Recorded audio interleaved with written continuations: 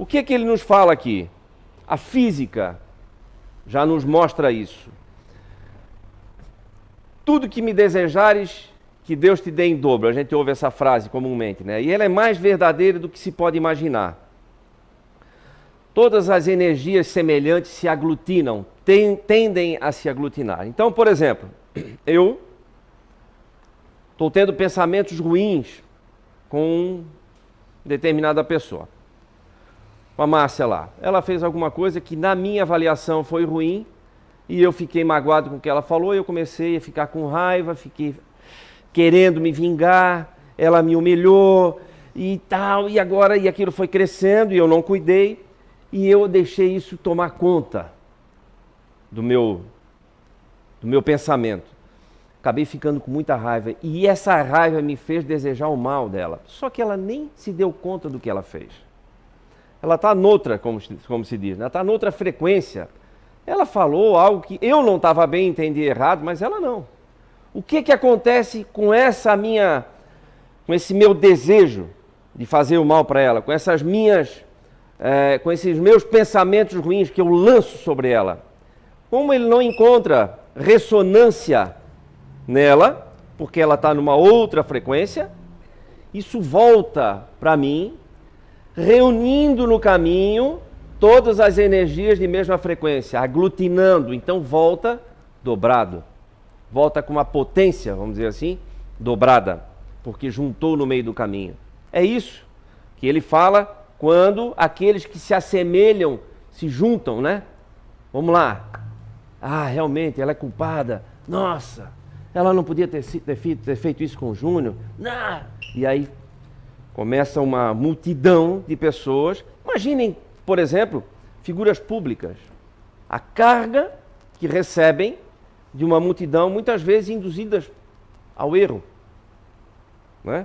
Por uma mentira, por uma falácia, né? Ou até as redes sociais, nossa, não precisa ser ninguém famoso, mas às vezes nas nossas redes sociais a gente tem o hábito de ficar propagando algo que não é tão verdadeiro assim, né? Aquela vida perfeita.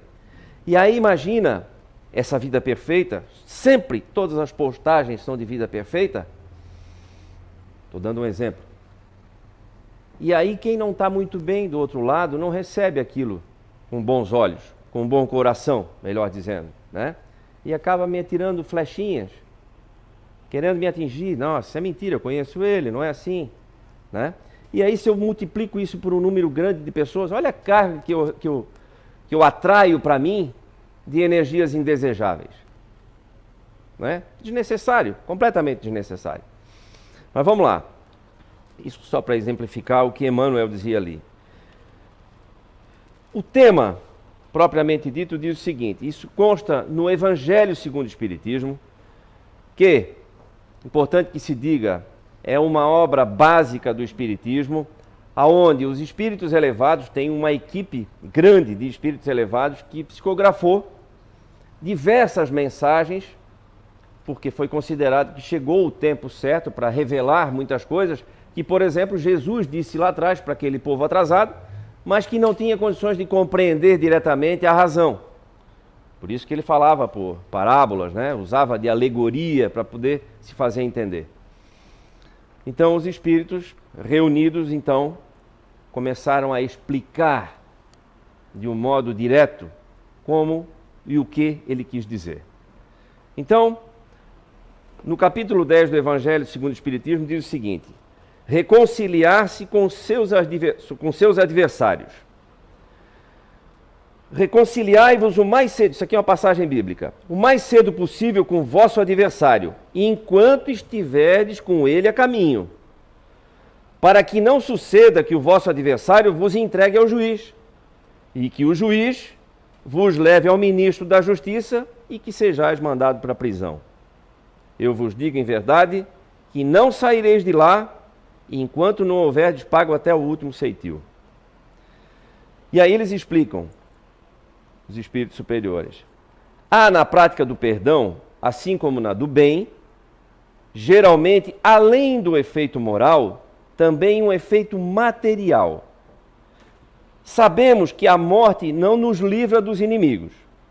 Em muitos casos, Os espíritos, desejosos de vingança, no além-túmulo, movidos por seu ódio, perseguem aqueles contra os quais conservaram o seu rancor. Por isso, o provérbio que diz morta a cobra, cessa o veneno, é falso, quando aplicado ao homem. O espírito mau aproveita o fato de que aquele a quem ele quer mal esteja ainda preso ao corpo e, portanto, menos livre para mais facilmente atormentá-lo e atingi-lo em seus interesses ou afeições mais caras. Essa é a causa da maior parte dos casos de obsessão.